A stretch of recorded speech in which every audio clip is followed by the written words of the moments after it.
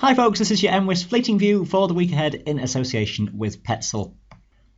It's looking a rather unpleasant few days ahead as gale force winds and frequent precipitation move in across the mountains. For Monday, it's a very mild day with the southwesterly airflow taking temperatures above freezing point by a good few degrees, even to the highest tops, so a substantial thaw is underway. The melting of snow will make things very wet underfoot. It will to some extent help to consolidate some of the snowpack that exists extensively across the Scottish high tops, as that just gets a bit more moisture content into it, but it will strip away a good amount of the snow lower down, and particularly for England and Wales, most of it will melt. Do be aware still though of some very icy conditions in existence around some higher surfaces. Some heavy rain is moving in across many western mountains during the day, fairly persistent, heaviest in western Scotland, somewhat drier the further north and east you go, and the far north of Scotland may be more often dry. Gale force winds, extensive severe gales over the higher tops.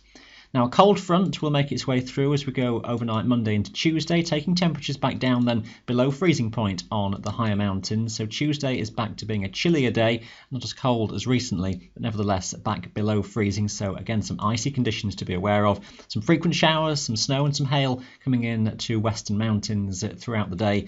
Again, gale force winds, severe gales, even stormy over the very highest tops through Tuesday. Somewhat drier and brighter further south and east that you go. It stays with gale force winds through into Wednesday. A bit of uncertainty on the peak of the wind across Scotland. It will depend exactly where a centre of low pressure is by this stage, but expect gales for most places, and again frequent or constant precipitation coming in from the west. Now again, it's a cold air mass that is around, so some snow and some hail will fall quite frequently across western Scotland, pretty constant through the day here. Showery for western hills in England and Wales.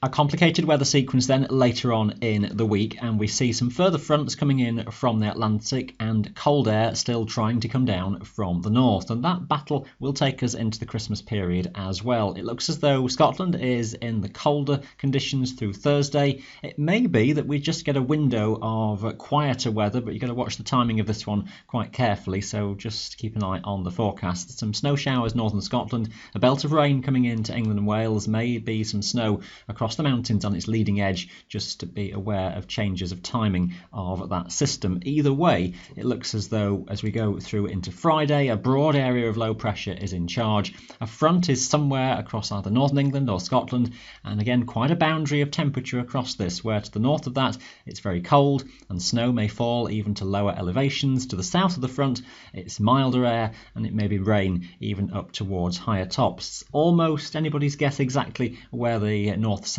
dividing line of that is at this stage, and the risk again of being windy for all, with those isobars tightly packed together, the risk of gales or severe gales on the mountains. And broadly, although a lot of uncertainty into Saturday, Christmas Eve, that area of low pressure is still somewhere nearby and may well drag colder air further southwards across Britain, so the scope for snow becomes more extensive over the hills and mountains, and even to lower levels with a lower freezing level across Scotland. Some frequently severe conditions then to be aware of during this week. Stay up to date with the forecasts for that. That is your Fleeting View in association with Petzl.